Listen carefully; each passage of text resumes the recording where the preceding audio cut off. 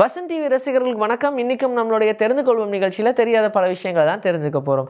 Teddy bear அப்படின்னு சொன்னதும் அந்த டெடி பொம்மை எல்லாருக்கும் ஞாபகம் வருதுல்ல. அடடா, எல்லாருக்கும் ரொம்ப பிடிக்கும். ஈவன் கேர்ள்ஸுக்கெலாம் ரொம்ப பிடிச்ச மாதிரியான ஒன்றுனா இந்த டெடி பேரை தான் சொல்லுவாங்க.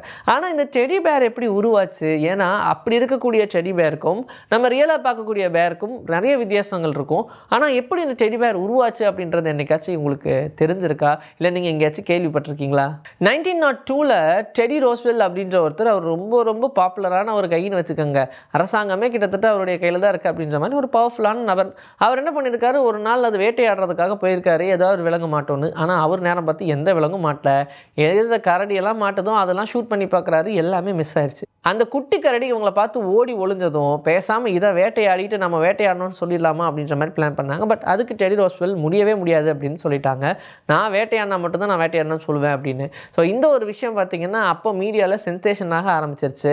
அப்போ அந்த டெடி ரோஸ்வெல் அங்கே இருக்கிற மாதிரியும் பக்கத்தில் அவங்களுடைய ஆள் அந்த டெடி பேரை கயிறு போட்டு இழுக்கிற மாதிரியும் நிறைய இமேஜின் பண்ணி வரைய ஆரம்பித்தாங்க. அது அப்போ இருந்து நிறைய பேப்பர் மீடியாவில் பப்ளிஷும் ஆச்சு.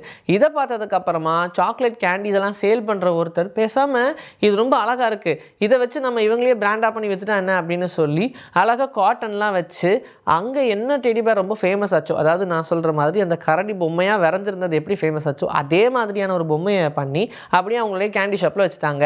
அதுக்கு பேரே டெடிஸ் பேர் அப்படின்னு வச்சுட்டாங்க. அதுலேருந்து தான் இது டெடி பேராக மாற ஆரம்பிச்சது. அந்த டெடிஸோடைய பேர் அதுக்கப்புறமா பெரிய அளவில் ஒரு மாற்றம் அடைஞ்சு நிறைய கம்பெனிஸ் அதை அப்படியே அவங்களுடைய பிஸ்னஸாக டேக் ஓவர் பண்ணி புதுசுன்னு அழகாக டெடி பேர்ஸை பண்ண ஆரம்பித்தாங்க. அதுக்கப்புறமா அதோடைய சேல் வேர்ல்டு வைடாச்சு, உங்களுக்கு சொல்ல வேண்டியதே இல்லை. இது வரைக்கும் ரெக்கார்ட் ஆன சவுண்ட்ஸ்ல எது ரொம்ப பெருசாக ரெக்கார்டாக இருக்கும் அப்படின்னு யோசிச்சிருக்கீங்களா? எல்லாரும் வீட்டில் ஒன்று எங்கள் அம்மா கத்துறதா இல்லை என் ஒய்ஃப் கத்துறதா அப்படின்னு யோசிச்சிருப்பீங்க. பட் அதெல்லாத்த விட இந்த உலகத்தையே உலுக்கி போட்ட ஒரு சவுண்ட் இருந்துச்சு அப்படின்னு சொன்னால் அந்த சவுண்டுனால நிறைய பேருக்கு இயர் லாஸ் ஆகிறதுக்கு கூட சான்சஸ் இருந்துச்சு. அந்த அளவுக்கான ஒரு பெரிய சவுண்டு தான் இந்தோனேஷியாவில் கிரியேட் ஆச்சு. இந்த இன்சிடெண்ட் நடந்ததோ 1883. அந்த டைமில் இந்தோனேஷியாவில் ஒரு பெரிய பிளாஸ்ட் அப்படின்றதுனால அங்கே இருந்த அந்த சவுண்டு 50 மைல்ஸ் சீஷோர்லேருந்து தள்ளி இருந்த எல்லாருக்குமே காது வலி, தலைவலி, ஈவன் நிறைய பேருக்கு டெஃப்னஸே ஆச்சு அப்படின்னு சொல்கிறாங்க. இது இல்லாமல் 3000 மைல் 4000 மைல் தள்ளி இருந்தவங்களுக்கு கூட இந்த சவுண்டு பெருசாக தான் கேட்டிருக்கு, ஏதோ பக்கத்தில் நடந்த மாதிரி கேட்டிருக்கான். அதை தாண்டி போனவங்க எல்லாருக்குமே 10,000 மைல் 15,000 மைல் இப்படி தள்ளி போன எல்லாருக்குமே இந்த சவுண்டு கேட்க தான் செஞ்சுருக்கு அப்படின்றத சொல்கிறாங்க. ஈவன் இந்த உலகமே ஒரு ஆடிருச்சு அப்படின்ற லெவலுக்கு அந்த இடத்துல ஒரு பெரிய பிளாஸ்ட் சவுண்ட் கேட்டிருக்கு. அந்த சவுண்டை நம்ம ரெக்கார்ட் பண்ணி கேட்டோம் அப்படின்னா அந்த அளவுக்கு பெரிய இம்பாக்ட்லாம் இருக்காது. ஆனால் ரியலாக எக்ஸ்பீரியன்ஸ் பண்ண நிறைய பேர் அந்த சவுண்ட் ரொம்ப டெரபிளாக இருந்துச்சு அப்படின்னு தான் சொல்கிறாங்க. நம்ம மூதாதையர்கள் யூஸ் பண்ண இன்ஸ்ட்ருமெண்ட்ஸில், அதாவது சவுண்டு ஏதாவது ஒன்று எழுப்பணும், அதுக்கேற்ற மாதிரி ஏதாவது ஒன்று பண்ணும் அப்படின்னு சொல்லி பயங்கர தீவிரமாக பண்ணியிருப்பாங்க இல்லையா?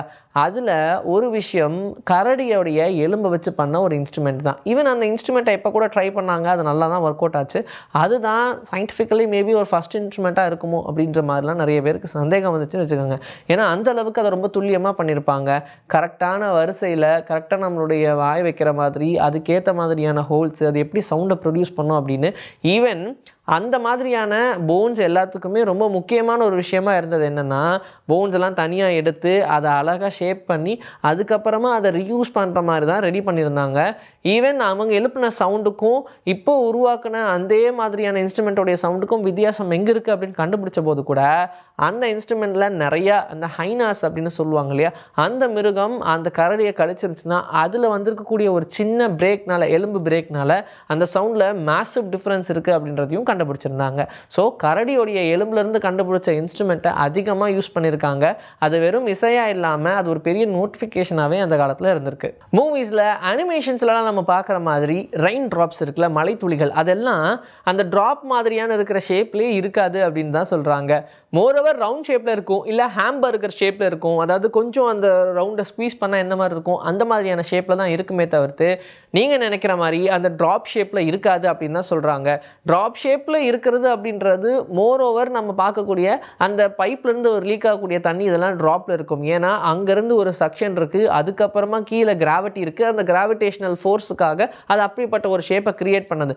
ஆனால் மலைத்துளிகள் பெருசாக ரவுண்டாக தான் இருக்கும். அதே மாதிரியான சீக்வன்ஸ் எங்கேயாச்சும் அதிகமாக நடந்துச்சுன்னா, அந்த கிராவிடேஷனல் ஃபோர்ஸாக இருக்கட்டும் இல்லை காற்றா இருக்கட்டும், அது அதிகமாக நடந்துச்சுன்னா மேபி உங்களுக்கு அந்த ரவுண்ட் ஷேப் இல்லாமல் ட்ராப் ஷேப் வரதுக்கு சான்சஸ் இருக்குன்னு சொல்கிறாங்க.